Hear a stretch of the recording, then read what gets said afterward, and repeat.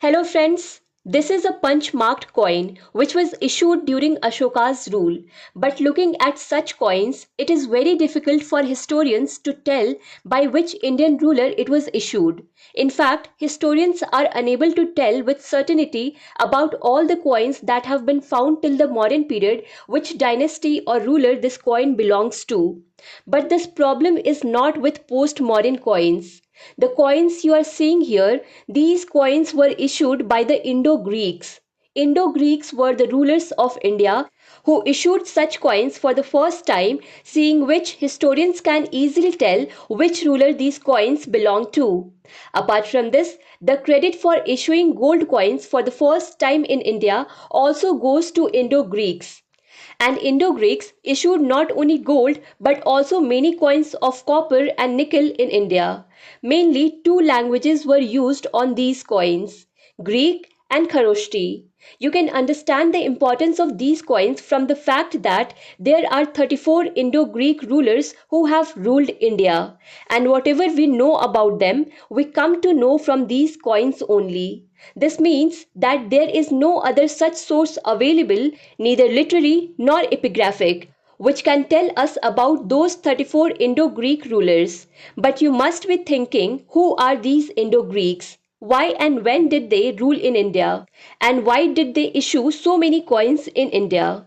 So let's first look at the native location of Indo-Greeks in the map. Basically, the place where the Indo-Greeks used to belong was called Bactria. Bactria basically used to be in the northern region of Afghanistan. This location is in the south of Oxus River and in the northwest of the Hindu Kush mountains. Actually, the history of this region is that after Alexander, this region was under the control of the Seleucid Empire, and during that time many Greek natives had come and settled here. The satrap Theodotus I declared this area independent from the Seleucid Empire in 245 BC, and thus started the Greco-Bactrian kingdom. And when these Bactrians acquired the northwestern region of India, then they were called Indo-Greeks. And there is an amazing story behind why these Bactrians occupied the northwestern region of India.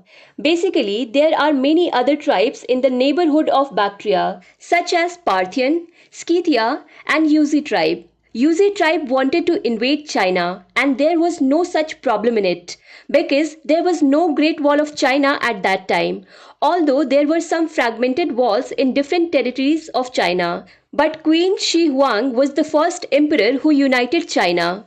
In 220 BC, he constructed the Great Wall of China by joining the fragmented walls. So the Yuezhi tribe could no longer enter China because of this Great Wall of China project.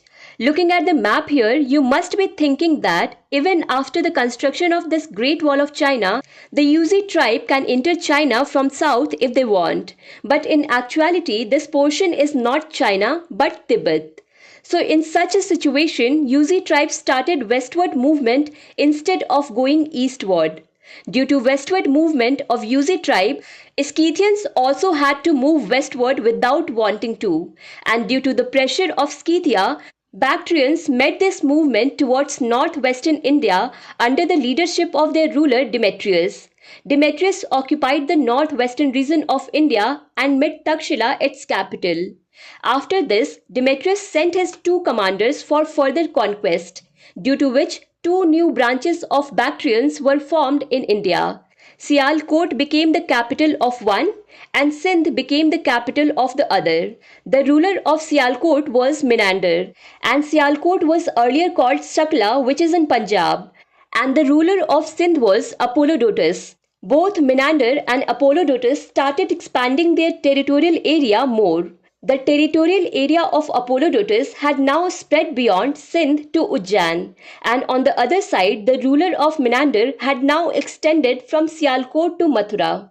After this, Menander tried to capture Patliputra as well, and he made many attempts to capture Patliputra. But Vasumitra, the grandson of Pushyamitra, ruler of the Shung Empire, failed all of Menander's attempt to capture Patliputra. But despite this, Menander is considered the most popular of all Indo-Greek rulers. Let us know the reason behind this. Menander is also known as Milind. The problem of his life was that such questions used to come in his mind which no one had the answer to. He was always entangled in questions like transmigration, rebirth, what is soul, etc. To get answers to these questions, he used to invite many sages and saints to his court, but no one was able to answer his questions satisfactorily. In such a situation, once Buddhist monk Nagsena arrived in his court. Nagsena was a Mahayana Buddhist monk. Menander was quite impressed by Nagsena's knowledge. So Menander asked many questions to Nagsena. And Buddhist monk Nagsena also answered all the questions of Menander. And in this way, Menander's curiosity was pacified. The questions and answers between Menander and Nagsena are documented in Milind Panho. The literal meaning of Milind Panho is question of Menander, and it was written in Pali language in 130 BC. After this, Menander's interest in Buddhism increased so much that after some time Menander converted to Buddhism, although he did not leave the throne, but now he started following Buddhism. Menander died in 130 BC, but Greek influence was seen in India for centuries even after this. So that was about the famous Greek ruler Menander.